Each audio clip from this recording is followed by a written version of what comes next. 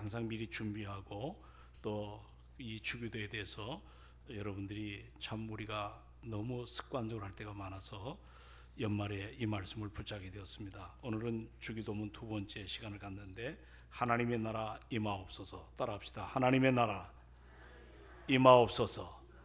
하나님의 나라 임하옵소서.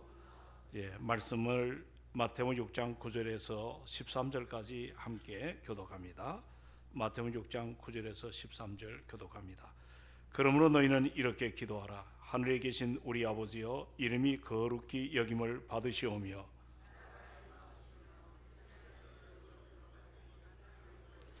오늘 우리에게 일용할 양식을 주시옵고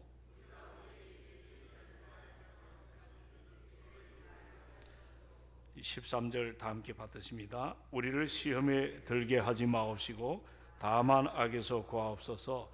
나라와 권세와 영광이 아버지께 영원히 있사옵나이다. 아멘. 아멘. 우리 찬양 한 장 같이 하십니다. 찬송가는 380장입니다. 나의 생명 되신 주. 은선자매 고맙습니다. 380장 나의 생명 되신 주.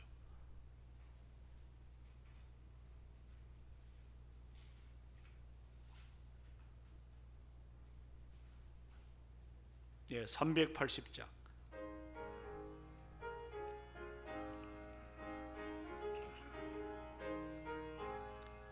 나의 생명 되신 주, 주님 앞에 나아갑니다.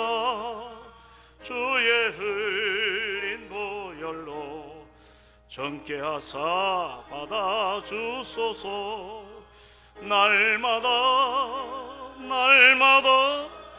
주를 찬송하겠네. 주의 사랑 줄로서 나를 굳게 잡아 메소서. 괴로운 세상 지날 때 나를 인도하여 주소서. 주를 믿고 나가며 나의 길을 잃지 않겠네. 아멘. 날마다 주를 찬송하겠네. 주의 사랑 줄로서 나를 굳게 잡아 메소서. 세상 살아갈 때에 주를 더욱 사랑합니다. 밝고 빛난 천국에 나의 영혼 들어가겠네. 날마다 주를 찬송하겠네. 주의 사랑 줄로서 나를 굳게 잡아 메소서. 후렴만 날마다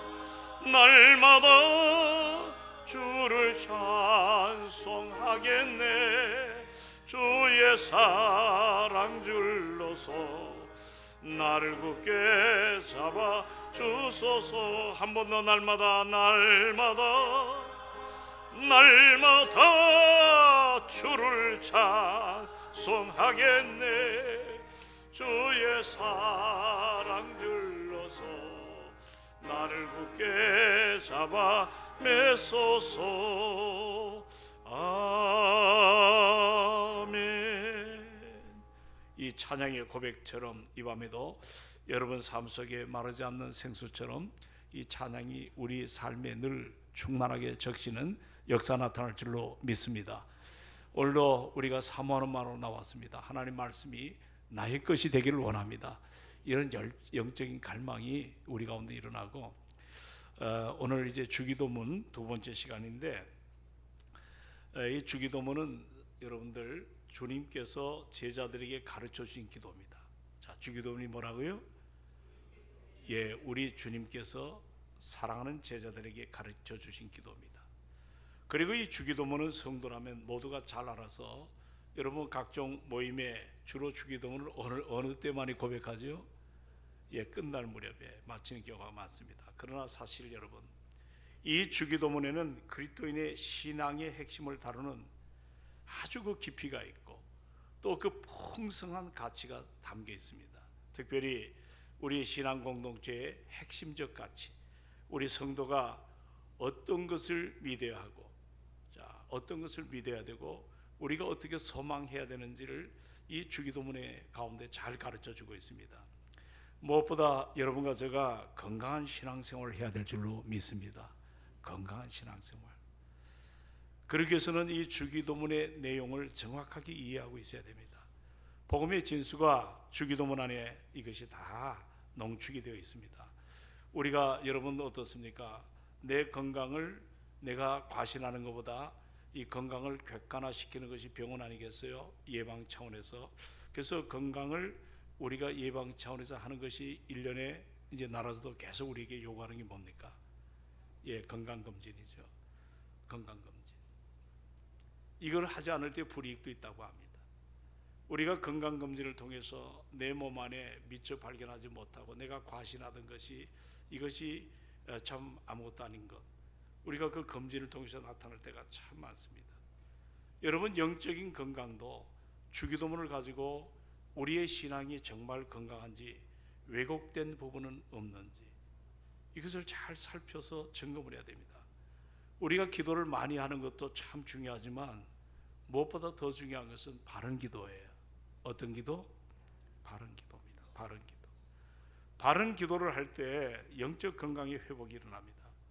예수 믿지 않는 세상의 지식인들은 보면 이 기도를 아주 무시합니다. 폄하시키죠. 어떤 면에서 보면 나약한 사람들이 종교의식이나 심리적 위안, 또 더 나아가서 자기 체면으로 여기고 시간 낭비하는, 그렇게 세상에 믿지 않는 사람들이 생각할 때가 참 많습니다. 오늘 이 저녁에 여러분은 어떻습니까? 오늘날 신자들에게도 이 기도가 평가절하되고 있습니다. 우리가 기도 부인하지는 않지만 열렬히 믿지도 않아요. 의지하지 않아요. 의외로 기도하지 않는 우리 그리스도인들이 얼마나 많은지 모릅니다. 왜냐하면 그 중에 하나가 뭐냐면 기도, 어렵게 여겨지기 때문이기도 하지만 또 다른 이유는 뭐냐면 기도를 믿지 않는 마음이 지배하고 있기 때문에 그래요. 기도를 믿질 않아요. 기도한다고 무슨 일이 일어날까 하는 의심하는 그런 기도의 마음이 내 삶을 가로막고 있습니다. 기도를 어느 정도 하는 사람이라도 의무감으로 형식적으로 하는 경우가 참 많아요. 어떤 분은 하루에 기도를 3번씩 한다 그래요. 참 대단하다. 근데 어떤 때 기도하냐면 밥 먹을 때 3번. 그 외에 틀에 박힌 기도, 일상적이고 형식적이고 의례적인 기도 생활에 그 테두리를 벗어나지 못하는 겁니다. 여러분, 성경을 잘 보세요. 이 신약과 구약에 보면 이 기도의 위치는 한마디로 말하면 절대적입니다. 기도의 위치가 그만큼 중요해요. 성경 전체가 어떻게 보면 기도서라고도 그렇게 표현할 수가 있습니다. 여러분과 제가 기도 생활을 떠나서는 아무것도 할 수가 없죠. 무엇보다 기도에 집중하신 우리 예수 그리스도, 그분을 우리가 닮기를 원하는 것 믿으면 아멘. 주님 닮기를 원하시죠? 근데 우리 기도를 안 해요.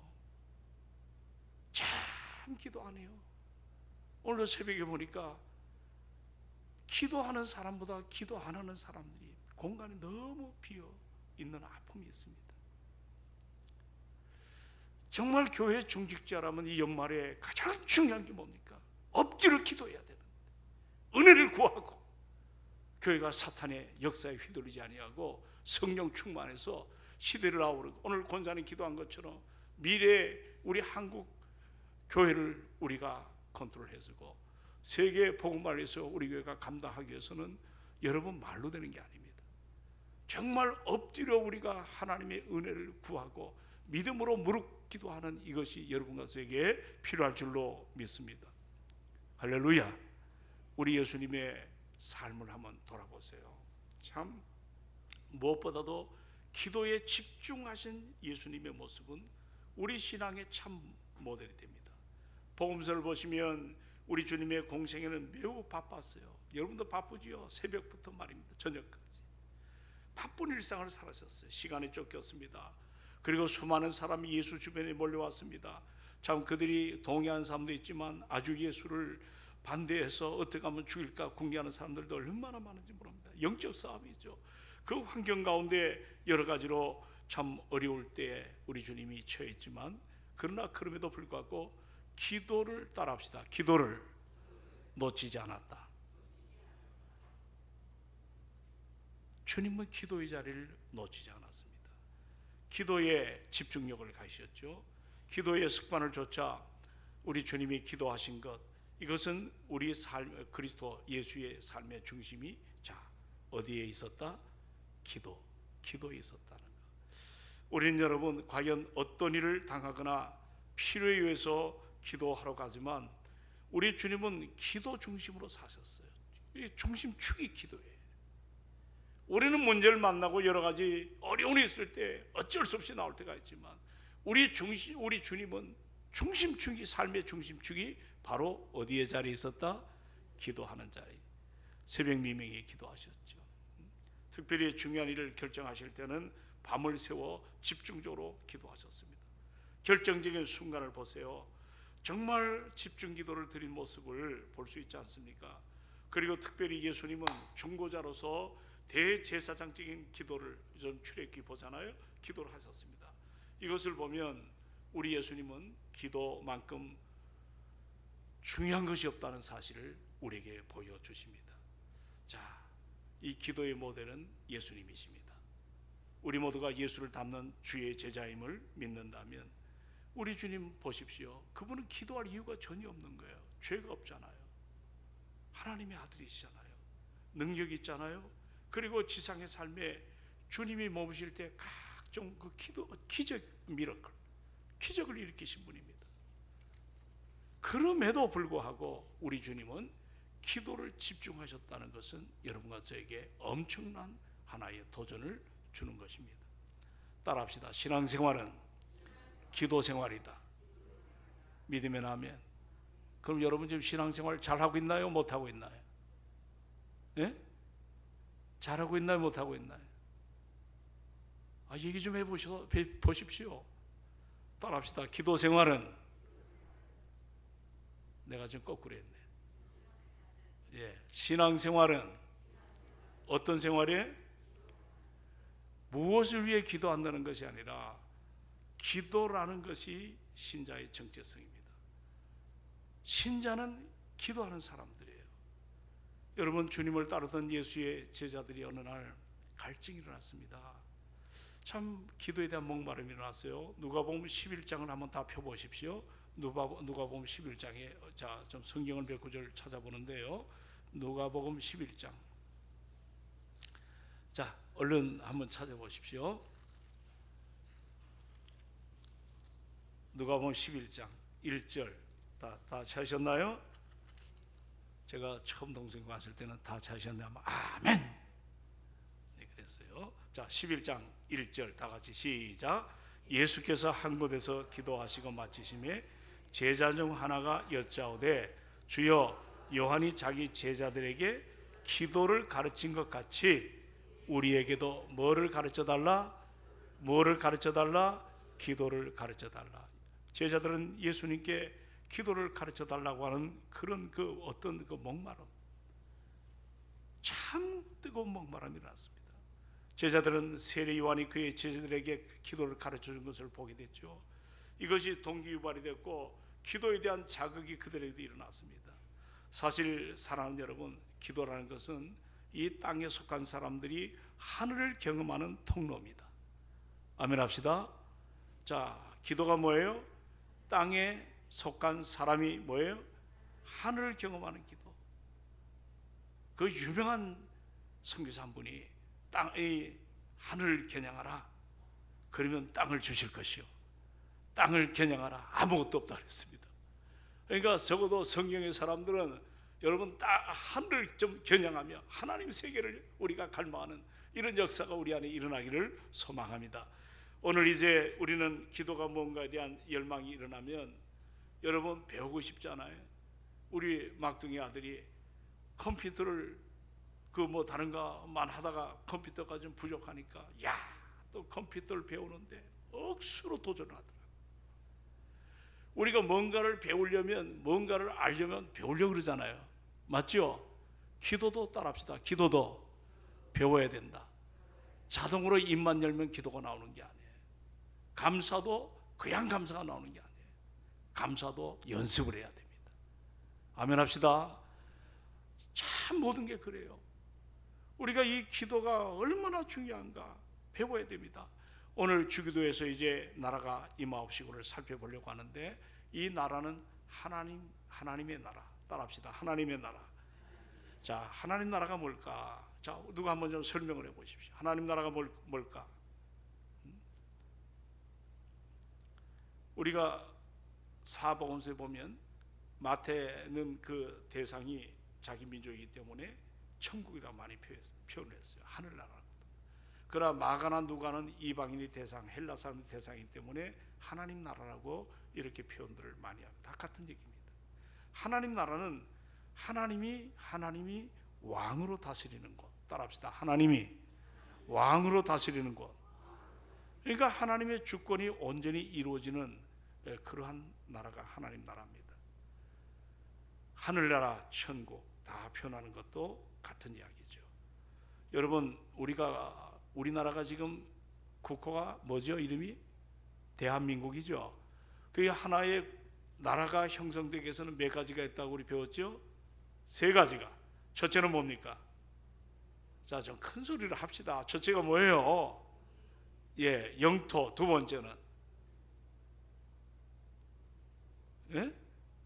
영토. 그 다음 뭐예요? 백성, 국민이죠. 또 하나 뭡니까? 주권이 있잖아요. 일제시대 때 우리는 땅도 갖고 있었고 백성도 있었지만 뭐를 빼앗겼죠? 주권을 빼앗기니까 36년 동안 그렇게 고통 속에 있습니다.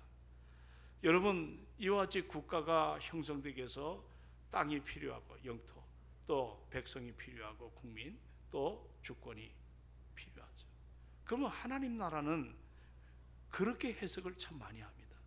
하나님 나라는 그것이 아닙니다. 하나님이 왕으로 다스리는 곳, 하나님의 주권이 뭐예요? 온전히 이루어지는 상태를 말합니다. 그 하나님 나라가 그러면 가장 먼저 미치는 영역이 어딜까? 자, 여러분 한번 생각해 보신 적이 있나요? 하나님 나라, 이게 주권도 영토도 또 땅도 그런 개념보다 더 아름다운 그 하나님의 통치하는 전 영역을 말하는데, 그 영역이 어디서부터 시작이 되는가? 어느 날 여러분, 바리새인들이 예수님께 물어봤습니다. 하나님 나라가 어느 때 임하느냐? 따라합시다. 하나님의 나라가 어느 때 임하느냐? 주님은 누가복음 17장, 자, 얼른 더 펴십시오. 20절로 21절. 자, 누가복음 17장 20절로 21절에, 자, 다 같이 읽습니다. 시작. 바리새인들이 하나님의 나라가 어느 때에 임하니까 묻거늘 예수께서 대답하여 이르시되 하나님의 나라는 볼 수 있게 임하는 것이 아니요. 21절. 또 여기 있다 저기 있다가도 못하리니 하나님의 나라는, 자, 어디 안에 있다? 너희 안에 있다. 아멘이십니까? 하나님 나라가 너희 안에 있다. 그러니까 공간적인 의미나 어떤 소유적인 의미가 아니라 우리 마음의 문제. 하나님 나라, 내 마음에 있다. 그러니까 죽어서 우리는 일반적으로 가는 것, 천국, 그것이 하나님 나라 표현하지만 그렇지 않습니다. 우리 주님이 통치하는 바로 그 시작점이 하나님 나라가 시작됐습니다. 오스카 쿨만은 already not yet이라고 하는 신학적 얘기가 센세이션을 일으켰는데, already 이미 하나님 나라는 임했습니다. 그러나 not yet, 아직 완성되지 않았습니다. 주님이 재림하실 때 이제 하나님의 나라가 완전히 이루어짐을 믿으시기 바랍니다. 자, 그렇다면 하나님 나라의 특징이 뭘까? 자, 하나님 나라가 도대체 어떤 특징이 있을까? 우리가 지금 하나님 나라의 은혜 앞에 우리가 살아가는데 그 특징이 도대체 뭘까? 자, 로마서 14장입니다. 17절 보십시오. 자, 로마서를 넘기십시오. 14장 17절. 자, 우리 다 아는 말씀이죠. 거기도 보면 뭐라고 표현하고 있죠? 자, 17절 시작. 하나님의 나라. 자, 여기도 무슨 나라가 나와요? 예, 하나님의 나라. 그럼 도대체 이 하나님의 나라의 특징이 뭘까? 자, 그 다음에 계속 있습니다. 처음부터 시작.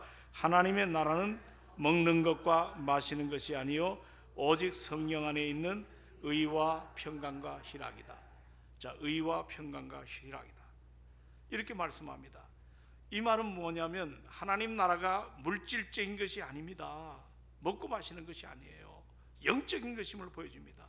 하나님의 나라는 하나님의 통치가 이루어지는 바로 그것이 하나님 나라입니다. 아멘 합시다. 하나님의 통치가 이루어지는 바로 그 현장이 무슨 나라? 하나님의 나라입니다. 그러면 하나님의 통치라는 것은 우리가 가장 이해하기 쉽게 표현하면 하나님의 은혜 안에 거하는 거예요. 우리가 하나님의 은혜 안에 거하는 거예요. 그 은혜 안에 거할 때, 그 은혜를 깨달을 때 이런 생각이 들어요. 내가 구원받는 것이 내 의 때문에 구원받습니까? 하나님의 은혜 때문에 구원받습니까? 그러니까 하나님의 의로 말미암은 선물임을 깨닫게 되는 겁니다. 구원이. 여기 말하는 하나님 나라는 먹는 것 마시는 것이 아니라 성령 안에 있는 의라는 단어는 바로 그 단어입니다. 우리가 은혜를 깨닫게 되면 의는 나의 의가 아니고 하나님 내게 주신 선물입니다. 그 선물이 내 안에 임할 때 여러분 사랑하는 사람으로부터 선물을 받아보십시오. 그 선물이 얼마나 중요한가. 어떨 때는 평생 그 선물을, 그것이 세상이 볼 때는 하잘 것 없죠. 여기서도 그 선물의 소중함을 마음담아 그렇게 간직하며 살아가는 사람 있지 않습니까? 여러분 성령 안에서 우리가 의와 평강과 희락이라 표현했어요. 하나님 나라는 의는 뭐냐면 나의 구원이 나를 통해 이루어지는 것이 아니라 하나님의 은혜로 우리가 구원받은 그 소중한 선물임을 깨닫게 됩니다. 그리고 그 은혜 앞에 살아가는 사람들은 마음이 어떻게 돼요? 평안합니다. 내 마음이 평안해집니다. 어떤 문제가 태산처럼 높아져도 밀물처럼 그렇게 밀려와도 정말 하나님의 은혜로 주님이 통치하는 삶 속에는 내 마음이 평안해집니다. 오늘 이 은혜가 우리 안에 일어나기를 소망합니다. 그 다음에 나타나는 현상이 뭐예요? 예? 마음이 심란하거나 불안하지 않고 오히려 여기 보니까 뭐라고 얘기합니까? 이제 희락이라는 말이 무슨 말일까요? 기쁨입니다. 내가 어떤 자리에 있든지 주의 평강이 나와 함께함을 믿으시기 바랍니다. 그러면 내 안에 세상 것이 채워지지 않아도 내 안에 기쁨이 일어납니다. 사도 바울이 감옥에 갇혔어도 항상 기뻐하라. 내가 너에게 다시 말하는 기뻐하라. 오늘 우리가 좀 이 저녁에 얼굴이 좀 기쁨으로 충만하기를 원합니다. 제가 설교할 때 보면 여러분 무서워요. 막 싸나운 사람처럼 나를 째려봐요. 자, 저를 좀 보십시오. 네. 여러분 하나님 나라는 성령 안에서 먹고 마시는 것이 아니라, 자 여러분 다 암송을 시키려고 합니다. 첫째가 의, 두 번째는 평강, 세 번째는 희락. 은혜의 통치 속에 내가 구원받은 것이 내 열심이 아니라 하나님의 은혜라는 걸 깨닫게 되고, 할렐루야. 두 번째 그러한 사람의 일어나는 특징 중에 하나가 뭐예요? 마음의 평강이 옵니다. 평강. 오늘 이 시간에 마음에 불안이 있나요? 염려가 있나요? 다 십자가 앞에 내던지시고 마귀가 역사할 때 예수 이름으로 이겨나가는 여러분 되시기를 바랍니다. 그리고 내 안에 주의 은혜가 나를 작동하고 통치할 때 일어나는 것이 기쁨이에요. 내 안에 진정한 기쁨이 일어납니다. 이 기쁨은 요한복음 16장에 세상이 빼앗지 못하는 하나님 나에게 주신 선물이에요. 하나님 나라 이렇게 아름다운, 따라합시다. 의와 평강과 희락. 자, 그것이 뭐예요? 하나님 나라의 특징입니다. 특징. 우리가 역사적으로 보게 되면 하나님 나라를 엄청나게 오해했던 아픔의 역사가 세계사에 나타납니다. 여러분 십자군 전쟁이라고 들어보셨죠? 그 십자군 전쟁은 하나님 나라의 개념을 잘못 해석했기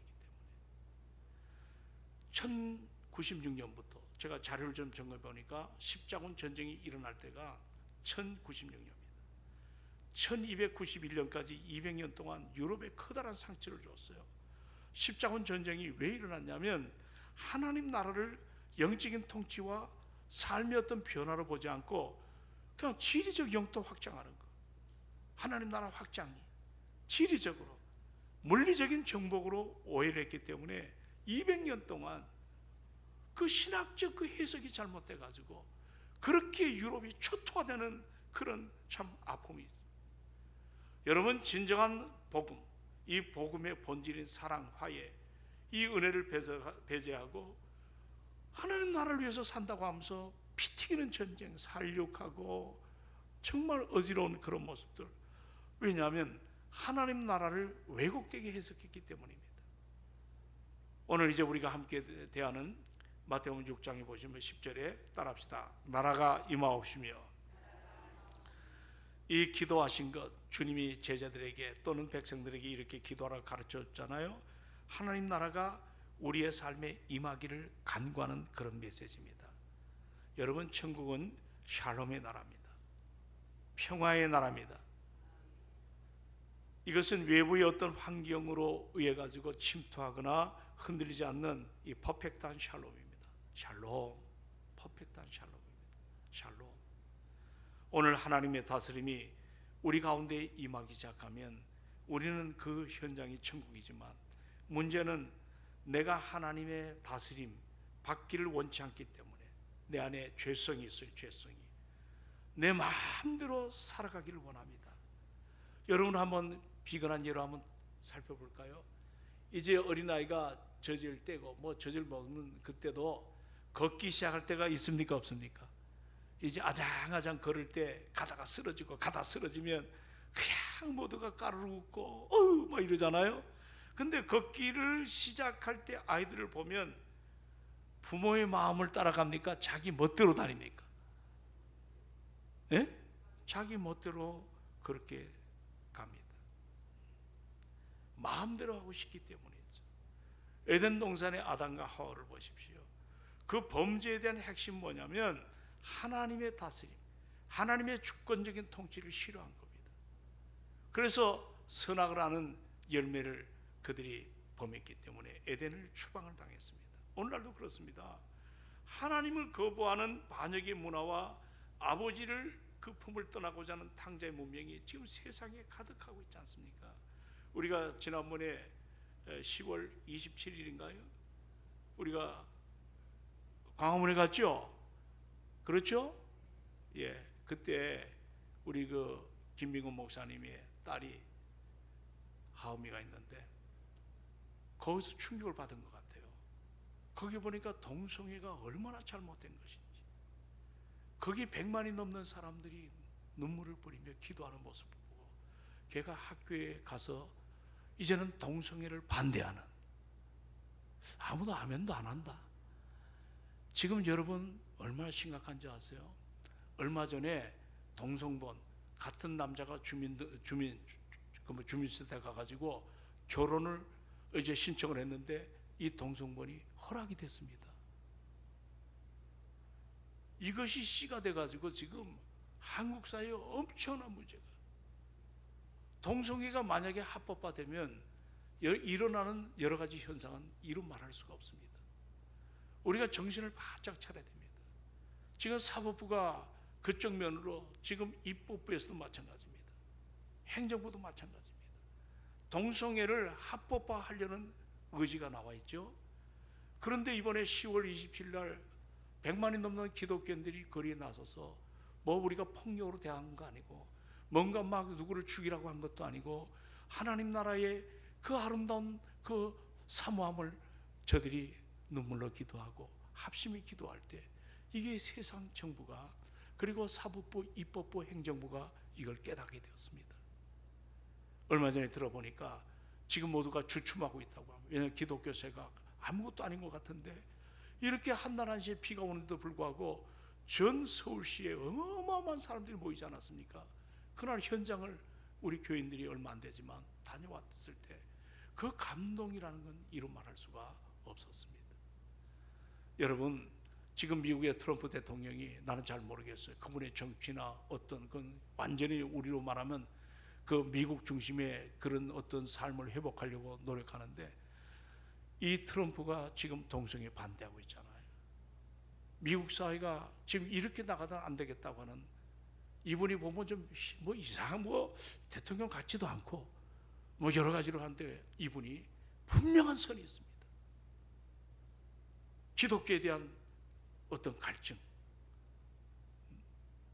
우유부단한 것이 아니라 끈고 있는 정확한, 오늘 사랑하는 여러분, 우리가 왜 이 말씀을 드리냐면, 우리 인간이 죄성을 가졌기 때문에 자기 멋대로 다니려고 합니다.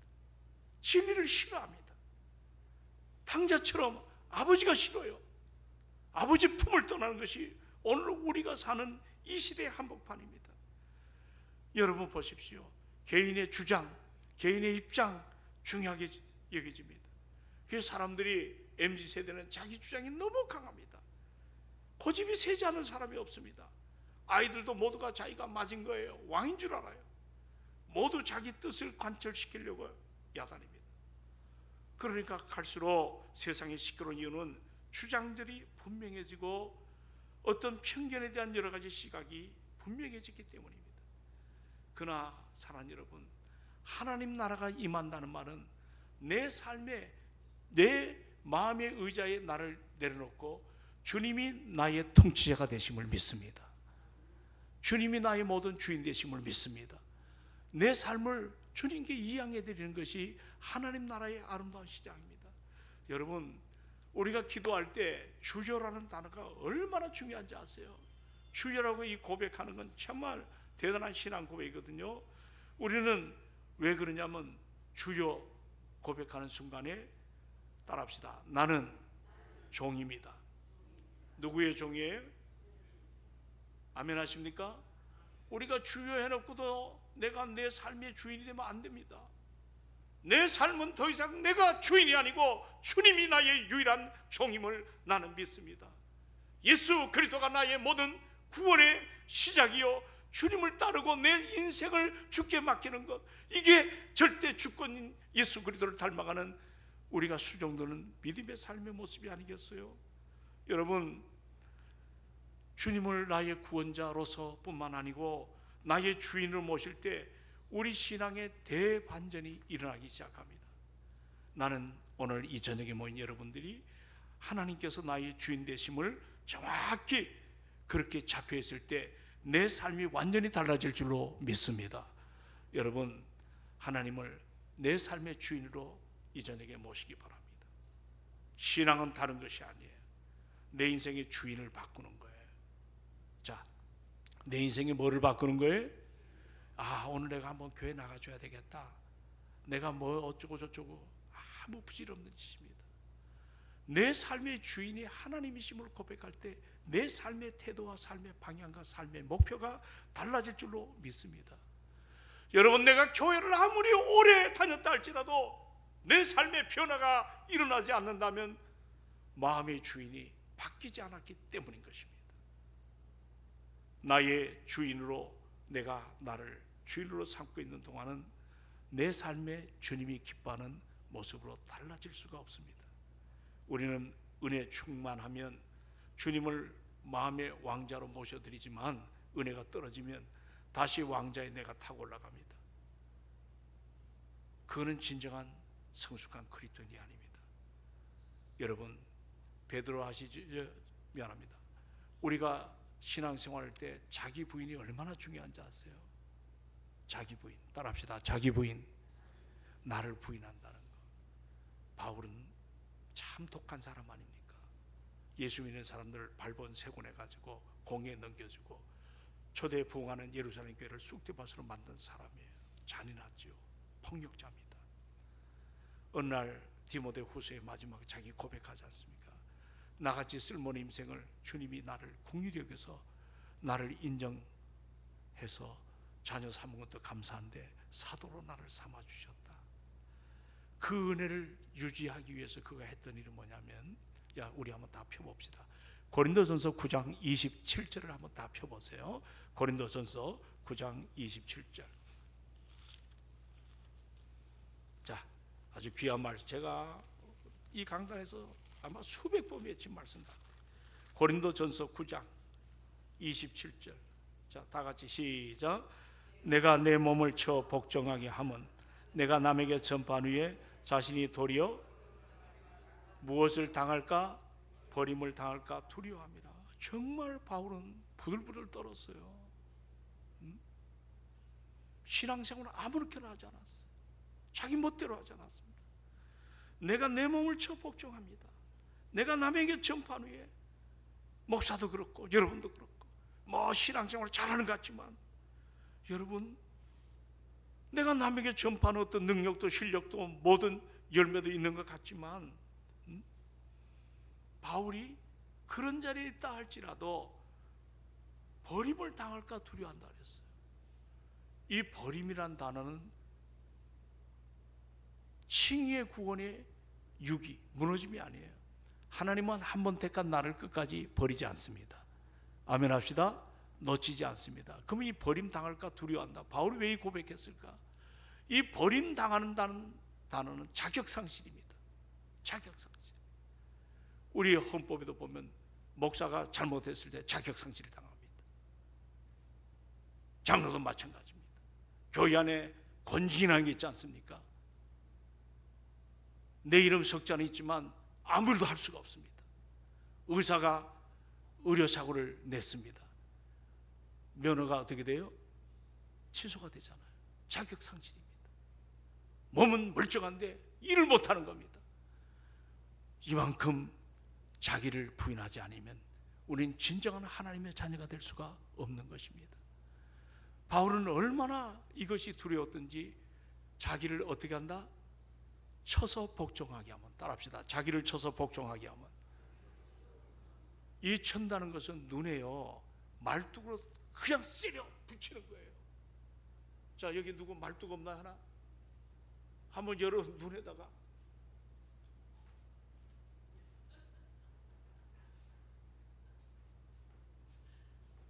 이거를 자기 눈에 어떻게 해요? 세려 붙이는 거예요. 눈이 터질지도 몰라요. 나를 쳐 복종하게 하면. 따라합시다. 나를 쳐 복종하게 하면. 이게 신앙생활이에요. 나를 쳐 복종하게 하면 내가 남에게 전파한 후에 도리어 내가 버림을 당할까? 그 다음 단어가 뭐죠? 두려워할 줄 알아야 신앙인들은. 자기 멋대로 사는 게 아니에요. 두려워할 줄 알아야 돼요. 겸손할 줄 알아야 돼요. 진실할 줄 알아야 될 줄로 믿습니다. 말에도 조심이 되고, 그 두려워하는 신앙생활 속에 자기 관리가 잘 됩니다. 자기를 부인하는 거예요. 그리고 고린도전서 15장에 보면 바울은 이제 또 어떤 표현합니까? 넘어가 봅시다. 고린도전서 15장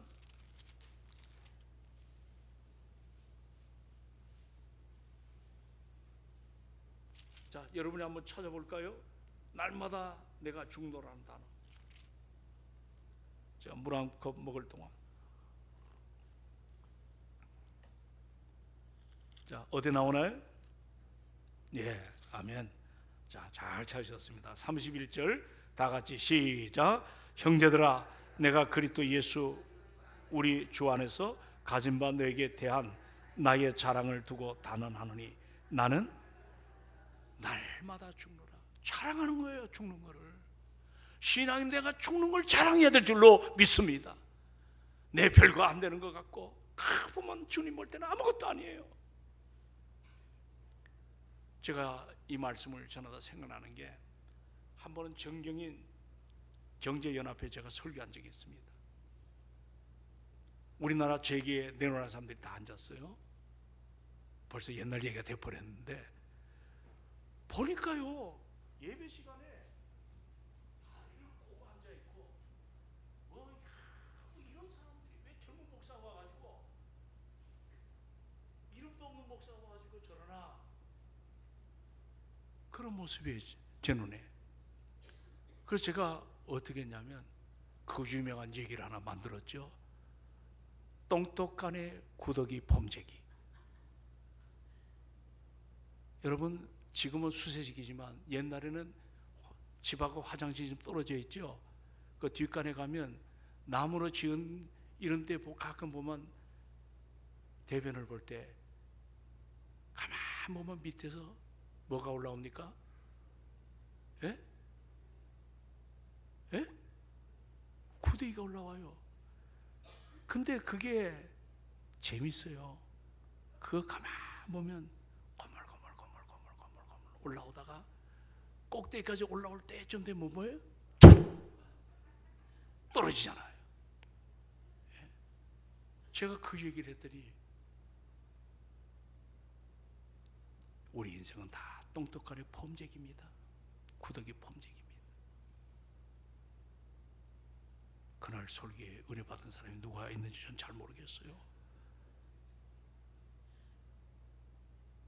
경제연합회에 설교하는 게 쉽지가 않더군요.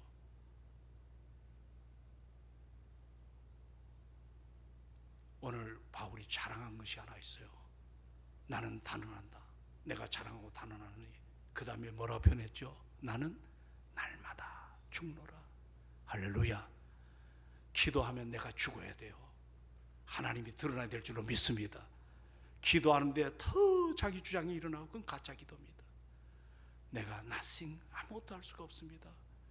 하나님 나라가 이미 내 안에 있기 때문에 그분이 주신 의와 평강과 또 하나가 뭐죠? 희락. 그 기쁨이 나를 충만하게 지배하기 때문에 그 은혜 속에 우리가 살아가는 것입니다. 하나님 나라가 임해달라는, 임한다는 참 어려운 단어 중에 하나지만 나를 완전히 장악해 달라는 거예요. 왕이 오셔서 나를 통치해 달라. 왕 대신 하나님, 주님과 나의 관계가 바르게 회복이 되고 내 삶의 주님이 주인 되시기를 원합니다. 오늘 성경에 보면 이런 구절들이 얼마나 많은지 모릅니다. 뽕나무에 올라간 삭개오가 주님의 행차를 볼 때 삭개오야 내려오라. 오늘 구원이 이 집에 임했다는 단어가 씁니다. 아브라함의 자손으로 너를 구원했다는 겁니다. 친구들과 함께 지붕을 뚫고 온 중풍병자에게 죄를 사해 주시고 걸어가라고 말씀하시는 하나님의 나라가 임한 거죠. 오늘 말씀을 마치겠습니다. 그러면 하나님 나라를 위해서 우리가 가져야 될 사명이 뭘까? 자, 한번 생각해 본 적 있나요? 첫째는 복음 전파입니다. 아멘 합시다. 복음 전파하는 거예요. 하나님 나라 모든 민족에게 복음이 전파될 때 아름답게 확장되잖아요. 1년 내내 전도 한번 못했다면 회개해야 돼요. 내가 만난 예수 그리스도를 정말 자녀들이나 아니면 이웃들에게 믿지 않는 사람에게 전하는, 오늘 참 생각해 볼 때 우리 목회자가 가장 전도 안 하는 사람 중에 하나고, 오늘 이게 얼마나 잘못된지 몰라요. 저 노력을 해보고 있어요. 어떻게 하든지 전도하려고 하는. 만나는 대상이 제한적이기 때문에 식당에 가면 주로 복음을 전합니다. 오늘 성도 여러분들, 여러분 복음에 대한 기쁨이 있나요? 증가하는 역사가, 열매가 있나요? 또 하나가 뭐냐면, 따라합시다. 소금과, 자, 큰 소리로 소금과. 어떻게 하나님 나라, 나는 뜨거운데 여러분은 차가워지는 것 같아. 자, 복음, 이제 소금과, 더 큰 소리로 소금과 빛의 역할을 해야 된다. 믿으면 아멘. 그리스도 예수의 향기가 나타나야 됩니다. 내 삶 속에. 오늘 권사님 기도하신 것처럼 우리 동성교회가 여기만 머무는 것이 아니라 이 자양동, 성수동 이 근처가 복음으로 충만하게 되고 또 전 세계 5대양 6대주의 하나님의 나라가 드러나기를 원하는, 하나님은 여러분을 통해서 하실 수가 있음을 믿으시기 바랍니다. 그러므로 빛과 소금의 역할을 감당해서 우리 모두가 하나님의 기쁨이 되는 오늘, 자, 이 말씀을 두 번째 시간에 봤습니다. 자, 다시 한번 정리합시다. 우리 다 같이 마태복음 6장을 들어갑니다. 9절로부터 13절. 그저 예배 끝나고 마지막 기도하는 것이 아닙니다. 이것은 너무 중요합니다.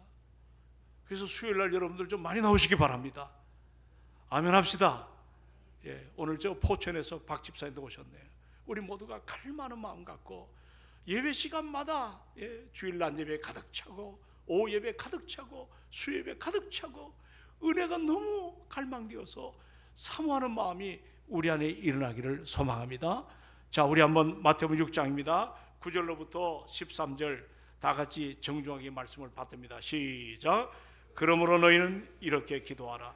하늘에 계신 우리 아버지여, 이름이 거룩히 여김을 받으시오며 나라가 임하옵시며 뜻이 하늘에서 이룬 것 같이 땅에서도 이루어지이다. 오늘 우리에게 일용할 양식을 주시옵고 우리가 우리에게 죄 지은 자를 사하여 준 것 같이 우리 죄를 사하여 주시옵고 13절 시작. 우리를 시험에 들게 하지 마시옵고 다만 악에서 구하옵소서. 나라와 권세와 영광이 아버지께 영원히 있사옵나이다. 아멘. 이런 아름다운 역사, 오늘 여러분들 기도를 잘 배우시기 바랍니다. 기도는 배우는 겁니다. 잘 훈련된 삶이 필요합니다. 그래서 기도는 또한 반드시 응답입니다. 믿으면 아멘. 기도를 하면서 믿지 못하는 사람들 회개하셔야 돼요. 기도는 반드시 응답입니다. 그런 확신을 갖고 우리가 살아가야 됩니다. 기도하십시다. 자, 우리 다 같이 한번 통성으로 우리 한번 2, 3분간 하나님의 은혜를 구하고